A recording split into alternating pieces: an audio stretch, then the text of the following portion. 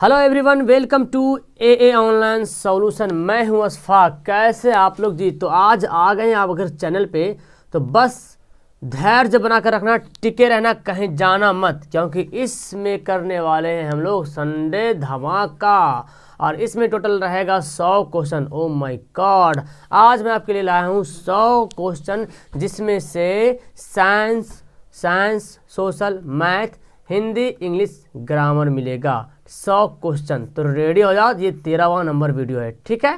तो चलिए स्टार्ट करते हैं। आप किसी भी बोर्ड से हो, डोंट वरी, क्वेश्चन आपको बनाने के लिए आना चाहिए, ठीक है।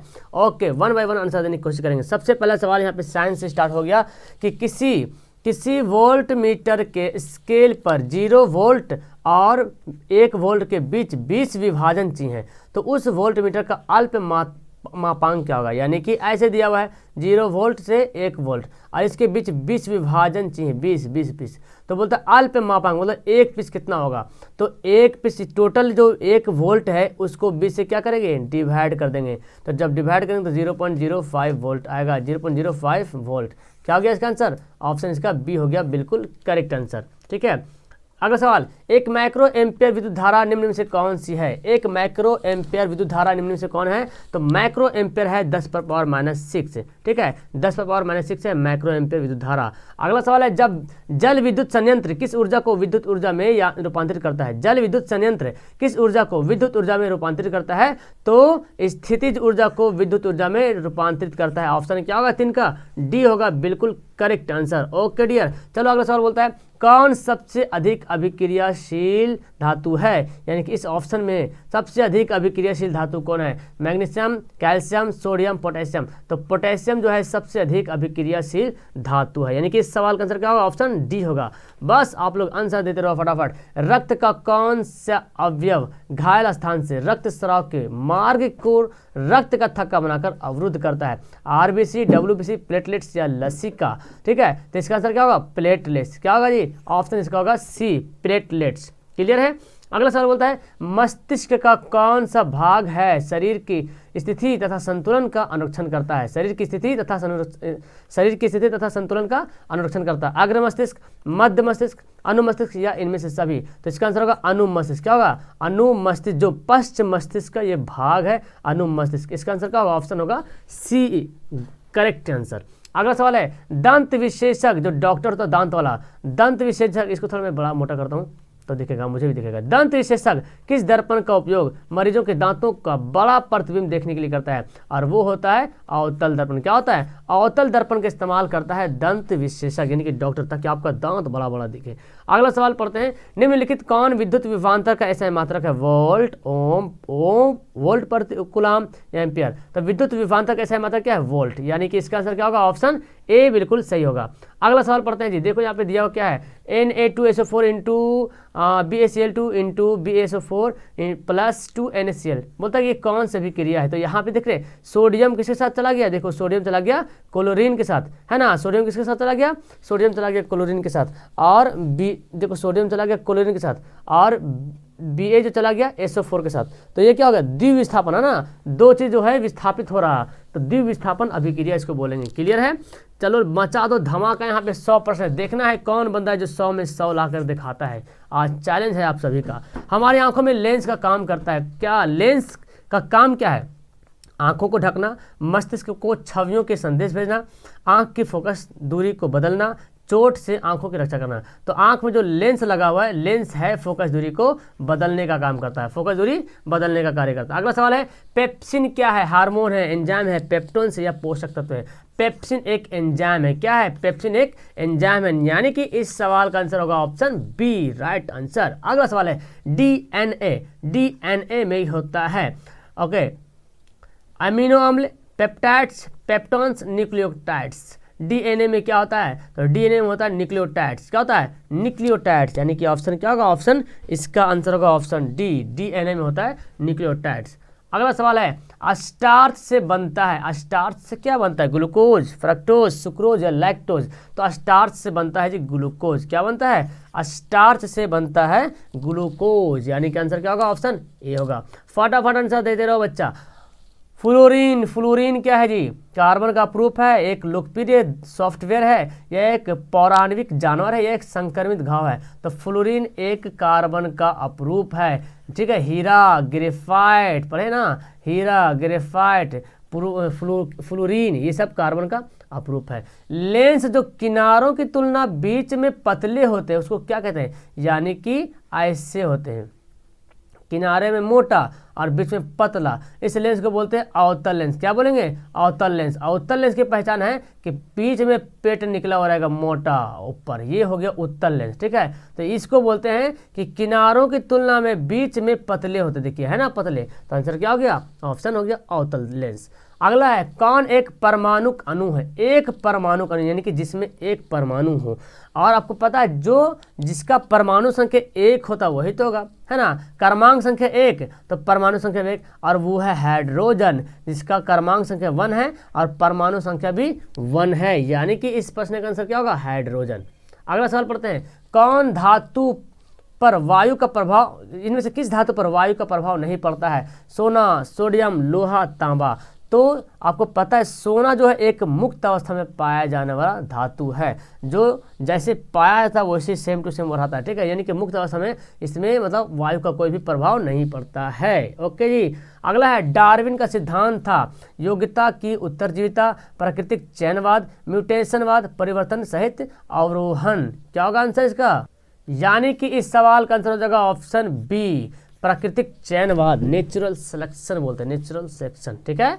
चलिए तो पढ़ते हैं अगला सवाल। अगला सवाल की तरफ पढ़ते हैं, बहुत ही फास्ट हम लोग बढ़ते हैं। ऑक्सीकरण वह प्रक्रिया है जिसमें, तो आपको पता होना चाहिए ऑक्सीकरण में क्या होता है जी? ऑक्सीकरण में इलेक्ट्रॉन की हानि होती है। क्या होती है? इलेक्ट्रॉन की हानि होती है।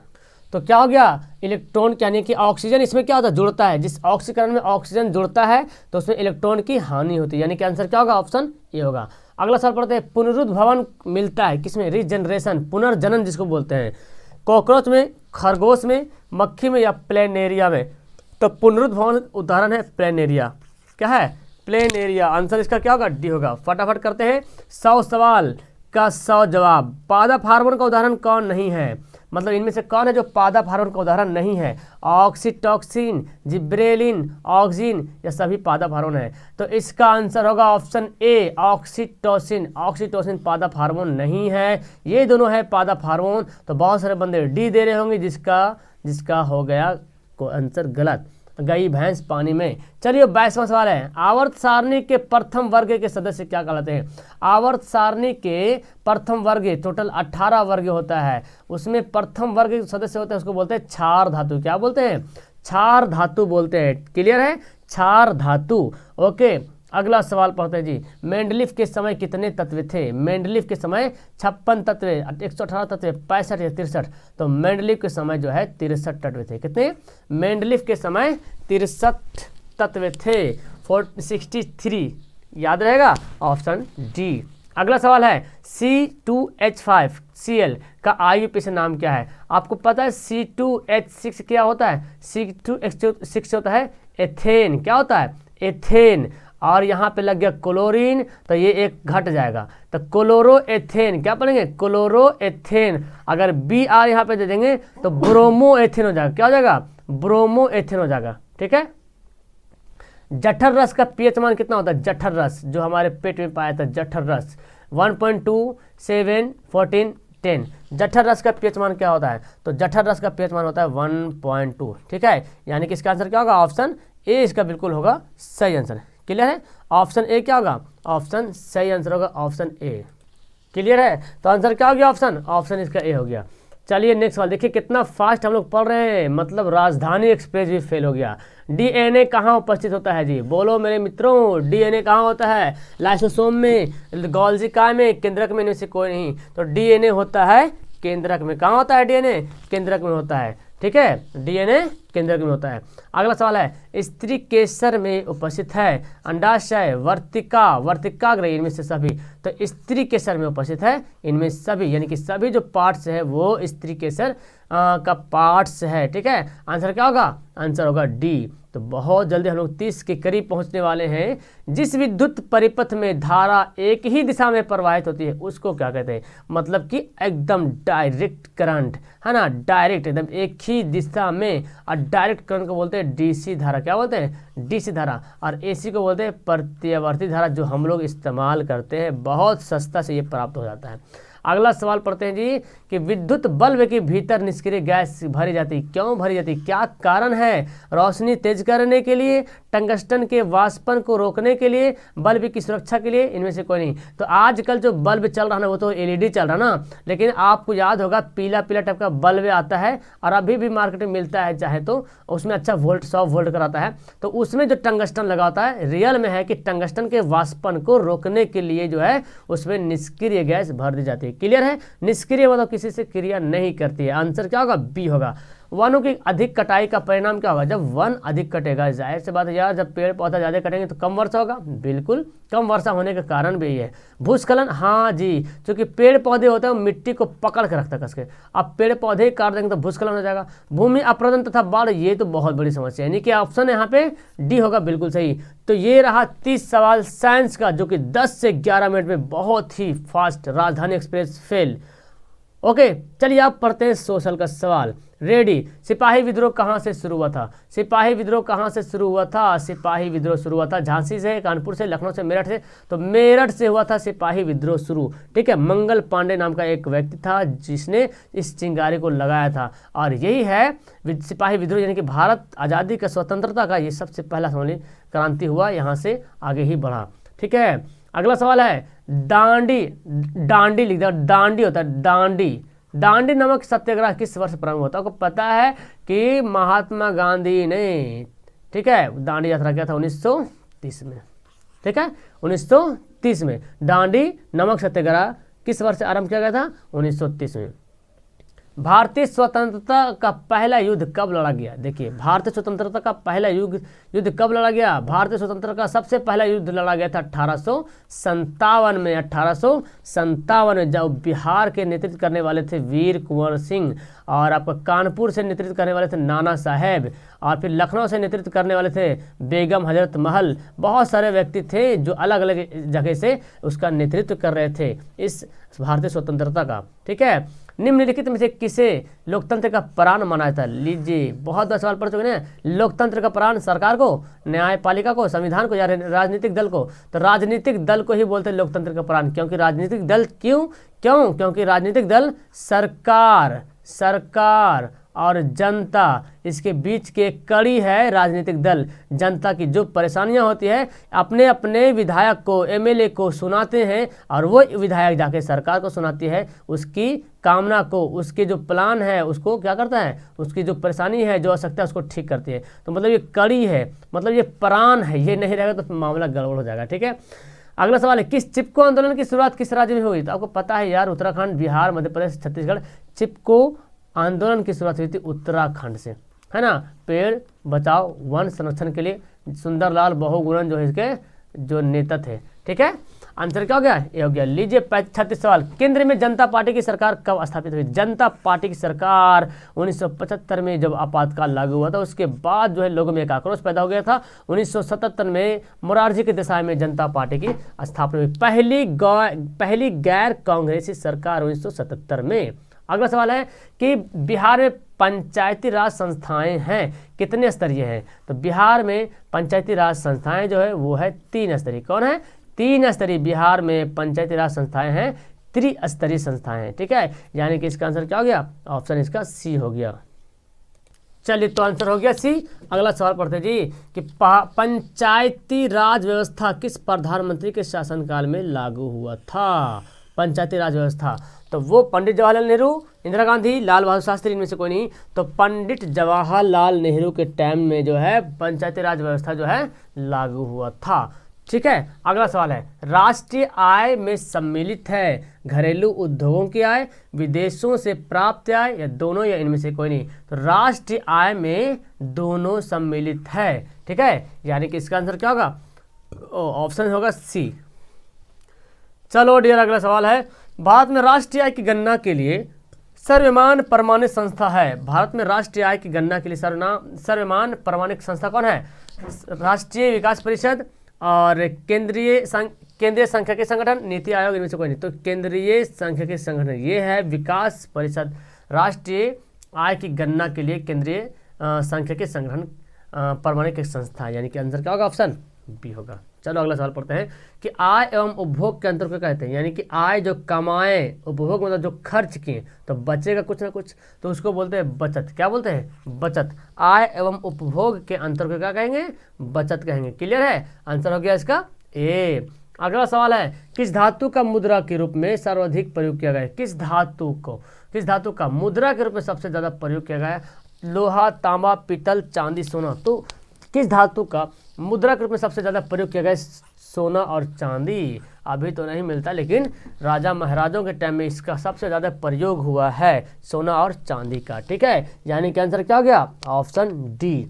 अगला सवाल, प्रत्यक्ष कर के अंतर्गत निम्न में से किसे शामिल किया गया है? प्रत्यक्ष कर के अंतर्गत किसे शामिल किया गया है? आयकर, उत्पाद कर, बिक्री कर, इनमें से कोई नहीं। तो डायरेक्ट कर, डायरेक्ट टैक्स है ना, डायरेक्ट टैक्स के अंतर्गत किया गया आयकर, इनकम टैक्स। ठीक है, चलिए अगला सवाल पढ़ते हैं जी कि मानव पूंजी के प्रमुख घटक कौन है? ज्ञान, कौशल, अनुभव, सभी। तो मानव पूंजी के लिए सबसे प्रमुख गठन है, यहाँ पे जो घटक है वो सभी होना चाहिए। सभी रहेगा तभी तो पूंजी जमा हो पाएगा। एक तो ज्ञान भी होना जरूरी है, कौशल भी होना जरूरी है, अनुभव, यानी कि आंसर क्या होगा? डी होगा। आर्थिक विकास का तीसरा क्षेत्र क्या कहा? देखो एक क्वेश्चन जो टपक जाएगा एग्जाम में, पक्का टपकेगा कि आर्थिक विकास का तीसरा क्षेत्र क्या है? पहला क्षेत्र है कृषि, दूसरा क्षेत्र है उद्योग और तीसरा क्षेत्र है सेवा क्षेत्र, यानी कि आंसर क्या होगा इसका? डी होगा। सेवा क्षेत्र है आर्थिक विकास का तीसरा क्षेत्र है। वैश्वीकरण की प्रमुख विशेषता है, वैश्वीकरण की प्रमुख विशेषता क्या है? वस्तुओं का मुक्त प्रवाह, पूंजी का मुक्त प्रवाह, प्रौद्योगिकी का मुक्त प्रवाह। तो वैश्वीकरण की प्रमुख विशेषता है इनमें से सभी, है ना, इनमें से सभी।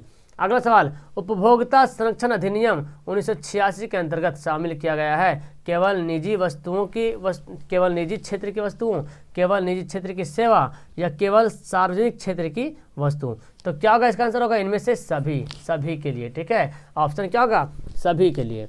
तो उपभोक्ता संरक्षण अधिनियम 1986 के जो लागू किया गया था, देखो सवाल बन जाता है कि उपभोक्ता संरक्षण अधिनियम कब लागू किया गया था? आपको पता है 1986 में, ये भी सवाल आता है एक नंबर में। सूचना का अधिकार अधिनियम किस प्रकार अधिकार है? सूचना का अधिकार अधिनियम किस प्रकार का अधिकार? RTI है, जिसको 2005 में लागू किया गया था राजस्थान में, पहला नागौर जिला में। तो सूचना का अधिकार अधिनियम किस प्रकार का अधिकार है? वो है वैधानिक अधिकार। कैसा है? वैधानिक अधिकार है। चलो, पेरिस शांति सम्मेलन कब होता है? पेरिस शांति समझौता कब हुआ था? 1918 में, 1919 में, 1920, 1921 में। पेरिस शांति समझौता हुआ था 1919 में, याद रखेंगे। पेरिस शांति समझौता हुआ था 1919 में। अगला सवाल है, चौरा चौरी हत्याकांड के बाद महात्मा गांधी ने किस आंदोलन को वापस ले लिया था? तो सबसे पहले तो आपको पता चाहिए कि चौरा चौरी हत्याकांड हुआ था कब? 1922 में। अब यहाँ पे देखिए, खिलाफत आंदोलन तो ये अलग है, सभी ने अवज्ञा तो आंदोलन तो पता है 1930 में शुरू हुआ था, है ना, गांधी आता सब 1930 में। भारत छोड़ो आंदोलन तो 1942 में हुआ था।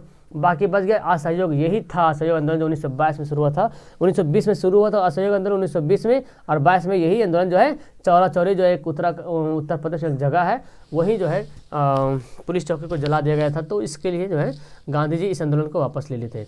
बंगाल विभाजन के फलस्वरूप किस आंदोलन की शुरुआत हुई था? आपको पता है बंगाल विभाजन 1905 में लॉर्ड कर्जन के समय हुआ था। तो बंगाल विभाजन हुआ था, तो उसके बाद कौन सा आंदोलन शुरू हुआ था? असहयोग आंदोलन, स्वदेशी खिलाफत, भारत छोड़ो आंदोलन। तो ये सब खत्म, स्वदेशी आंदोलन, है ना। तो सवाल बन सकता है कि स्वदेशी आंदोलन कब हुआ? 1905 में, क्योंकि उसी दौरान बंगाल का विभाजन हुआ था। अच्छा, ये सवाल 51 हो जाएगा, सॉरी 21 नहीं 51, मैं नंबरिंग करना भूल गया हूँ।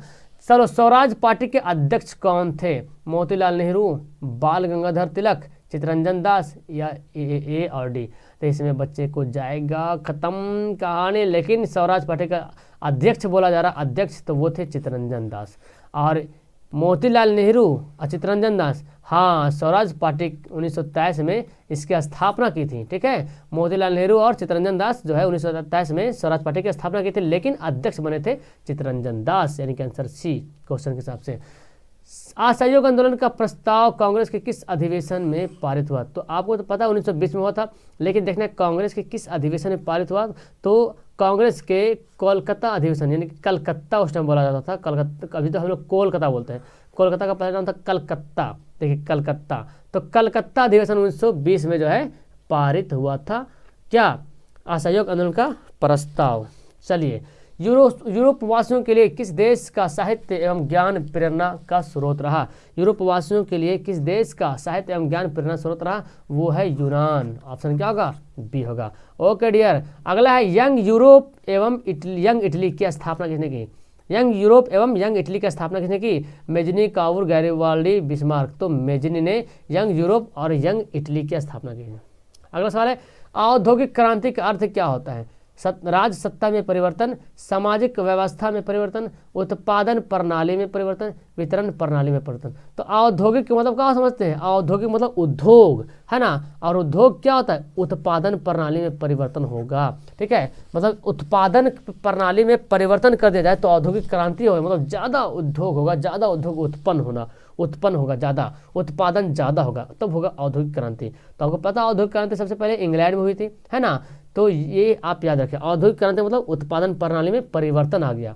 अगला है इनमें से कौन गेहूं का सर्वाधिक उत्पादक है? मतलब गेहूं सबसे ज़्यादा उत्पादक करने वाला राज्य है उत्तर प्रदेश, मध्य प्रदेश, तमिलनाडु, राजस्थान। तो इसका सही आंसर क्या होगा? उत्तर प्रदेश, है ना। इनमें से कौन गेहूं का सर्वाधिक उत्पादक राज्य है? वो है उत्तर प्रदेश, याद रखेंगे जी। अगला सवाल है निम्न में से कौन सी पेय फसल है? पे मतलब क्या होता है? पीना। पे मतलब पीना। स्टेशन पे देखे होंगे पेयजल लिखा रहता है, पेयजल, है ना, पेयजल मतलब पीने वाला पानी। तो वो कौन है? तो यहाँ पे तो तंबाकू को तो पिया नहीं जाता है, नारियल को खाया जाता है, मूंगफली को खाया जाता है, हाँ, कॉफ़ी बहुत लोग पीते हैं ना, कॉफ़ी। चलिए, अब है सवाल भारत को कुल कितने डाक क्षेत्रों में बांटा गया? तो भारत को कुल जो है 7, 5, 6, 8, नहीं, भारत को कुल 8 डाक क्षेत्रों में बांटा गया। ठीक है, याद रखेंगे। अगला सवाल है कांटी तापीय विद्युत परियोजना किस जिला में है? पूर्णिया में है, सीवान में है, मुजफ्फरपुर में है, या पूर्वी चंपारण में है? कांटी तापीय विद्युत परियोजना कहाँ है? मुजफ्फरपुर। क्या होगा इसका आंसर? ऑप्शन सी, कांटी तापीय विद्युत परियोजना किस राज्य में है, किस जिला में? मुजफ्फरपुर। तो यहाँ तक हो गया सोशल का खत्म। चलो अब पढ़ते हैं मैथ का क्वेश्चन, जो बच्चा रात को पढ़ा होगा इसमें तो छक्का छोड़ा देंगे, क्योंकि वही टाइप का सवाल दिया हूँ मैं। ठीक है, कौन सी सम अभाज्य संख्या है? सम अभाज्य, तो सम पर देखो 14 सम है और 2 सम है, और अभाज्य बोला था, अभाज्य कौन है? 2 ही तो अभाज्य संख्या है। आंसर हो गया सी। ठीक है, कौन अपरिमेय नहीं, मतलब कि परिमेय बोल रहा। तो देखो ये क्या है? ये अपरिमेय है, ये भी अपरिमेय है, ये भी अपरिमेय है, और ये क्या है? स्क्वायर से रूट क्या होगा? कट जाएगा, 3 दूना 6 रूट ऐसे करेंगे, स्क्वायर से रूट कटेगा 6, तो ये 6 क्या है? परिमेय संख्या है, यानी कि इसका आंसर क्या होगा? Option D. अगला बोलता है घात बताइए, घात। तो कौन होगा घात? देखिए तो y पर पावर -1/3 है और एक y पर पावर 2 है, तो बड़ा कौन हुआ? 1/3 या 2? तो बोलेंगे 2 बड़ा है ना। घात यही होता है जो सबसे ज़्यादा पावर होता है। बहुपद के शून्यंक बताइए, शून्यंक। 2x² - 2 = 0, तो क्या करेंगे? 2x² = 2 कर लेंगे, और 2 गया काम से, तो x² = 1, x से बराबर क्या होगा? +-1 का वर्गमूल, ऐसे।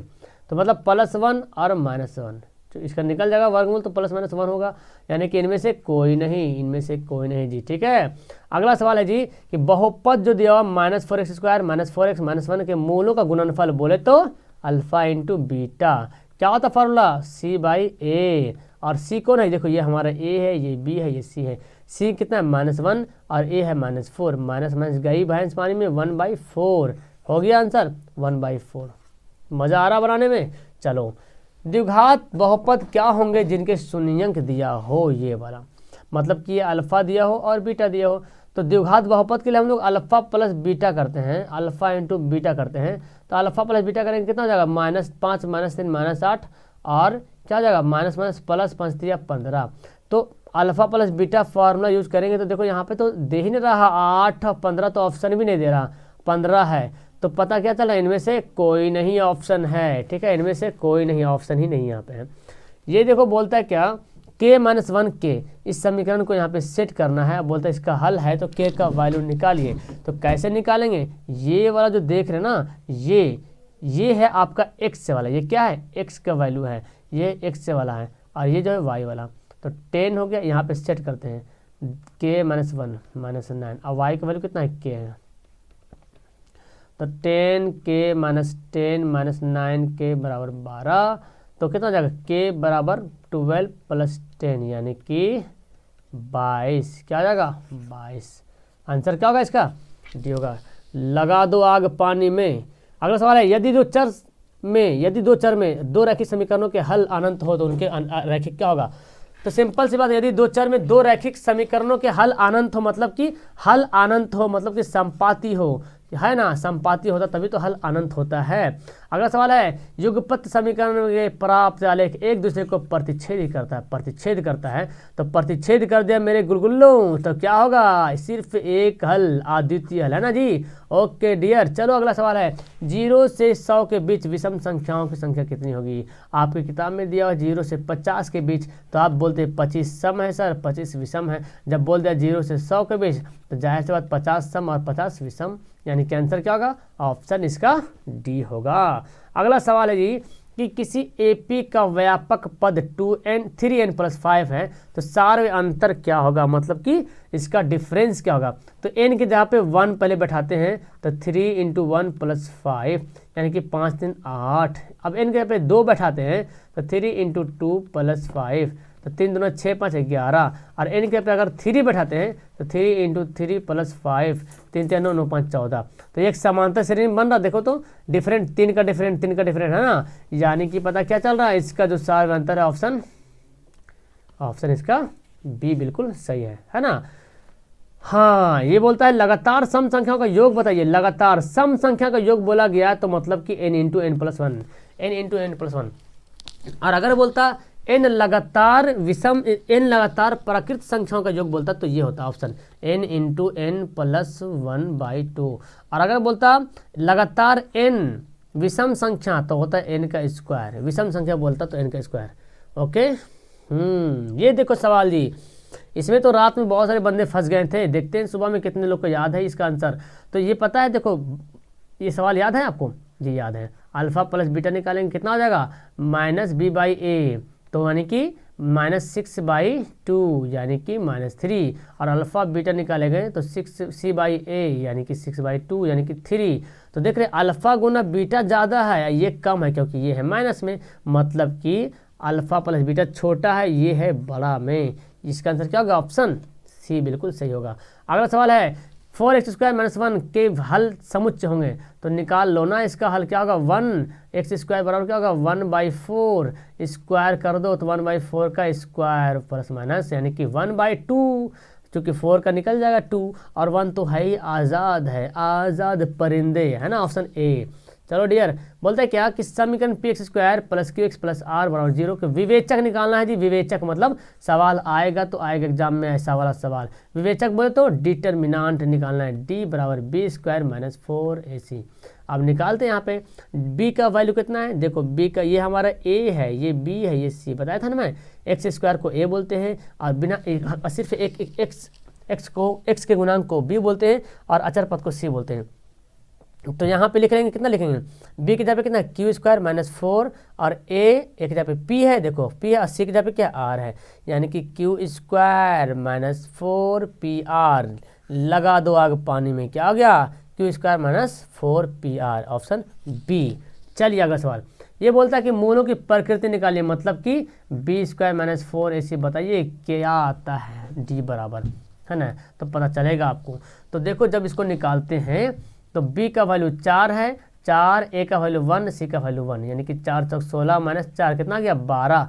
मतलब कि डी जो है 0 से क्या है बड़ा है तो बड़ा। देखो डी का वैल्यू 12 आया, मतलब ये 12 0 से बड़ा नहीं है ना। तो जब डी जो है 0 से बड़ा हो जाता है तो वास्तविक तो होगा लेकिन समान नहीं, क्योंकि बराबर तो नहीं है, समान नहीं होगा ये, मतलब असमान होगा। और अगर डी बराबर 0 होता तो वास्तविक भी होता और समान भी होता। और अगर डी 0 से छोटा होता मतलब कि डी का वैल्यू माइनस में आता, मतलब कि डी का वैल्यू जो है -5 -3 ऐसे आता, यानी कि डी जो है 0 से छोटा होता तो आभासी होता, वास्तविक नहीं होता, अवास्तविक होता। हाँ, ये भी मैं सवाल दिया था कि इसको निकालना मूल बिंदु की दूरी। तो देख रहे हैं कैसे सवाल दिया हुआ है। ये √3 का स्क्वायर करेंगे तो 3 होगा ना, और √4 का स्क्वायर करेंगे तो 4 होगा। अब इसका दूरी का सूत्र क्या होता है, x² + y² को ओवर रूट। तो 3 3 9 4 चौक 16, 3 3 9 4 चौक 16 कितना जाएगा 25 का 5। मजा आ रहा डियर? ओके, सरल रेखा। देखो लाइक का एक बटन वहीं पे दिया हुआ है, एकदम बगल में, आपके पड़ोसी है, इसलिए पड़ोसी को कभी छोड़ा नहीं जाता। लाइक तो बनता है भाई। कि सरल रेखा x से बराबर -2 y बराबर 0, तो क्या होगा x से -2 y 0। तो देखो इसमें कौन मिल रहा है, x तो -2 y 0 यहाँ तो मिल रहा है ना, ऑप्शन डी। ऐसा ही सवाल मिलेगा, टेंशन मत लेना।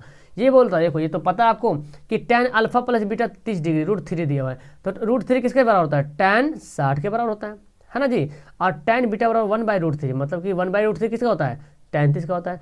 मतलब क्या चल रहा हो कि बीटा का वैल्यू जो है 30 है और अल्फा बीटा मिल करके 60 है। तो जब बीटा 30 आ गया और अल्फा बीटा मिल के 60 है तो अल्फा का वैल्यू भी 30 ही होगा, तब ने मिल के 60 हुआ। तो बोलता tan अल्फा, बोले तो tan 30 डिग्री, tan 30 का वैल्यू कितना होता है 1/√3 होता है ना जी। चलो अगला सवाल बोलता है, ये सवाल देखो जी, यहाँ से यहाँ और फिर यहाँ से यहाँ, तो क्या दिक्कत है, जहाँ भी दे दे, जहाँ चले वहाँ चलूँगा।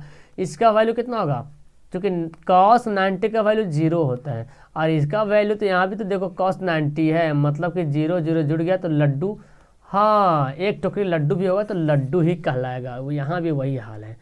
ये सवाल देखो तो पिछले शाम को तो बहुत बंदे फंस गए थे इस सवाल में, देखना है कौन बंदे नहीं फंसेंगे इसमें।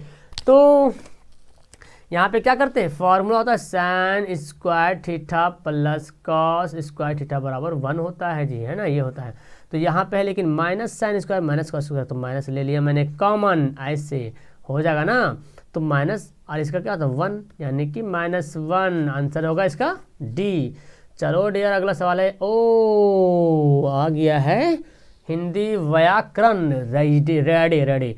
कौन स्वर वर्ण नहीं है, तो ऊ तो है स्वर वर्ण, री भी है, रा ये नहीं, औ यानी कि रा जो है वो स्वर, ये टा वर्गी ना, टा वर्ग वाला आता है, टा ठा डा ढाण। तो आंसर क्या होगा, ये जो है स्वर वर्ण नहीं है। अगला है, कौन सा शब्द शुद्ध है, इनमें से कौन सा शब्द शुद्ध है, अनुसरण, आशीर्वाद, राजनीतिक, श्रद्धांजलि। तो शुद्ध शब्द है वो है ऑप्शन डी, श्रद्धांजलि जो सिद्ध। ये गलत है, ये लिखा है अनुसरण ऐसे, ठीक है। और आशीर्वाद, देखो आशीर्वाद लिखा हुआ है, ठीक है, आशीर्वाद ऐसे होगा, ठीक है। और ये राजनीतिक ऐसे लिखा था, राजनीतिक, देख रहे हैं, देखिए कैसे लिखा है, ठीक है। हाँ, ने जुड़ अन किस संधि का उदाहरण है, ने जुड़ अन। तो ने जुड़ अन जो होगा वो होगा अयादी संधि। किस संधि, अयादी संधि का उदाहरण है ने जोड़ अन। क्लियर है जी। चलो, कौन सा तत्सम शब्द है, तत्सम तद्भव तो पढ़े हैं ना बहुत खूब से, बहुत अच्छे तरीके से पढ़े। तत्सम कौन है, तद्भव कौन है, हाँ, तो इसका आंसर क्या होगा, उज्ज्वल जो है वो है तत्सम शब्द। बाकी तो मतलब कि संस्कृत भाषा वाला शब्द ज़्यादा करके जो इस्तेमाल किया जाता है वो क्या है, उज्ज्वल है। क्लियर है। चलो जी, इनमें से कौन बहुब्रीहि समास है, बहुब्रीहि समास कौन है, अठन्नी, पंचानन, आग पानी, धर्मवीर। बहुब्रीहि समास कौन होगा, तो बहुब्रीहि समास इनमें से है पंचानन। क्या होगा, पंचानन है जो बहुब्रीहि समास है। क्या है, पंचानन जो है वो बहुब्रीहि समास है, ऑप्शन बी। अगला सवाल, राम ने खाना खाया होगा। खाया होगा तो खाया होगा, हमको क्या पता, लेकिन राम ने खाया होगा मतलब कि शक लग रहा, संदिग्ध है कि खाया कि नहीं खाया, मेरा बेटा पढ़ा कि नहीं पढ़ा। बोलते होंगे ना अम्मी आपकी कि मेरा बेटा पढ़ रहा होगा, पढ़ क्या रहा होगा, यहाँ तो मोबाइल में यूट्यूब में वीडियो देख रहा होगा। और वीडियो कौन वीडियो देख रहा होगा, गाना देख रहा होगा। तो ये संदिग्ध है, खाया होगा मतलब संदिग्ध भूतकाल, भूतकाल मतलब देखो गा से क्या पता चल रहा, ऐसा मत समझना गा से भविष्य, खाया होगा मतलब टाइम गुजर गया है, राम ने खाना खाया होगा, हाँ 2 बजे, हाँ 4 दिन पहले राम ने खाया ना, खाना खाया होगा, हमको क्या पता, लेकिन संदिग्ध है, टाइम गुजर गया है, इसलिए भूतकाल का ये पार्ट है। अगला है ध्वंस का विपरीतार्थ का होगा, ध्वंस का विपरीतार्थ होगा निर्माण। चलो जल्दी जल्दी करते हैं, यहाँ पे देख लो कौन सा उत्तम पुरुष बहुवचन है। उत्तम, उत्तम बोलते जो बोलता है, और मध्यम बोलते जो सुनता है, और अन्य बोलते जिसके बारे में बोला था। उत्तम पुरुष कौन है, मुझसे, और एक तो ये तो होगा नहीं, ठीक है, ये तो होगा नहीं, तो मुझसे और हमारा, लेकिन बोला बहुवचन, तो मुझसे से पता चल रहा है एक वचन, हमारा से पता चल रहा है बहुवचन, है ना। बोलते हमारा देश महान है, मतलब हमारा मतलब हम सब का देश महान है ना, हमारा का मतलब हम सब का देश महान है। तो चलो आंसर हो गया डी। पटना की राजधानी, पटना बिहार की राजधानी कहलाती है कि कहलाता है या कहलाते हैं, क्या होगा, देखो किसके बारे में बोल रहे, पटना बिहार की राजधानी कहलाती है, पटना बिहार की राजधानी कहलाती है, नोट कहलाता है। ओके जी, चलो इनमें से कौन समूहवाचक संज्ञा है। समूह, समूह कौन दिख रहा, गिरोह, गिरोह मतलब भीड़, ये उर्दू लफ्ज है, ठीक, गिरोह, ठीक है, तो गिरोह का मतलब भीड़, ठीक है, तो समूहवाचक संज्ञा मतलब जो भीड़ भाड़ के बारे में पता चले तो समूहवाचक संज्ञा है। अगला होश ठिकाने में आ गया, अभी बोलते अभी होश ठिकाने में आ जाएगा। होश ठिकाने में मतलब घमंड से चूर हो जाए, एकदम घमंड से चूर हो गया, बोलते ना घमंड, सॉरी घमंड चूर होना, घमंड से नहीं, घमंड बोलते उसका घमंड चूर हो गया, बहुत घमंड कर रहा था ना अपना ज्ञान पे, बहुत घमंड कर रहा, चूर हो गया। होश ठिकाने माना तो मतलब आपके पास ज्ञान है ना, तो बांटा करो, ज्ञान बांटने से बढ़ता है, ज्ञान वो पौधा है जिसको जितना बांटो उतना बढ़ेगा, कमी नहीं आएगा, इसलिए इतना पढ़ो, इतना ज्ञान हासिल करो कि जितना आपके पास जानते हैं सब कुछ शेयर करो, अपने दोस्तों को बताओ, भाई को बताओ, बहन को बताओ, सबको सिखाओ जो भी जानते हो, बहुत ज़रूरी है। स्त्रीलिंग कौन है इनमें से, स्त्रीलिंग कौन है, उद्घाटन उपयोग आय, तो देश की आय है ना, बोलते ना भारत की राष्ट्रीय आय, भारत की आय है ना, इसकी आय, ये उत्साह क्या है, पुल्लिंग है, इसका उपयोग, इसका उद्घाटन, सुनता है ना, तो इसकी आय बोलते हैं, देश की आय, राष्ट्र की आय, सुने होंगे ना, राष्ट्र की आय। अच्छी लड़की में कौन सा विशेषण, लड़की अच्छी में कौन सा विशेषण है, तो देखो अच्छी बता रहा है, इसके बारे में गुण बता रहा, लड़की के बारे में गुण बताया जा रहा, परिणाम तो संख्या बताता है, मतलब कुछ क्वांटिटी बताता है, सॉरी, और संख्या तो संख्या बताता है, सर्वनामिक तो किसी नाम का प्रयोग करता है, तो गुणवाचक है ना, गुणवाचक विशेषण। आ गया सवाल इंग्लिश का, राजन एंड रोहन्स फादर, खाली जगह ए बिजनेसमैन, तो Rajan and Rohan's father is a businessman, यानी कि इसका आंसर क्या होगा, ऑप्शन सी होगा, Rajan and Rohan's father is a businessman. जहाँ यहाँ सभी धर्मों के लोग रहते हैं, यहाँ सभी धर्मों के लोग रहते हैं, the people of all religions live here, the people of all religions live here, क्योंकि सभी धर्मों का ना, the people of all religions live here, lives here not live here, यानी कि आंसर क्या होगा, ऑप्शन सी होगा। देखो जी, देखो देखो देखो, ये तो ऐसा है ना कंप्यूटर का सिस्टम, तो मैं भूल ही गया। अब तो पता पॉल्यूशन का स्पेलिंग सही कौन है, तो ऑप्शन पता चल रहा, कौन सा सही पता चल रहा, POLLUTION। अगला है नरेशन बताना है, narration, Alex shouted let me go, तो Alex shouted at him to let him go, to let him go, क्या आंसर होगा इसका, सी होगा, Alex shouted at him, at them to let him go. Active से पैसे बनाना, he had spent many a happy hours, तो option subject object हो गया, मेनी हैप्पी आवर्स, इसको लिखा है उठा के, तो हैड लगा ना, तो इसको बना देंगे हैड बिन, क्या करेंगे, हैड बिन, तो हैड बिन यहाँ पे लगा हुआ है, many a happy hours had been spent by him, यानी कि आंसर क्या होगा, ऑप्शन बी होगा।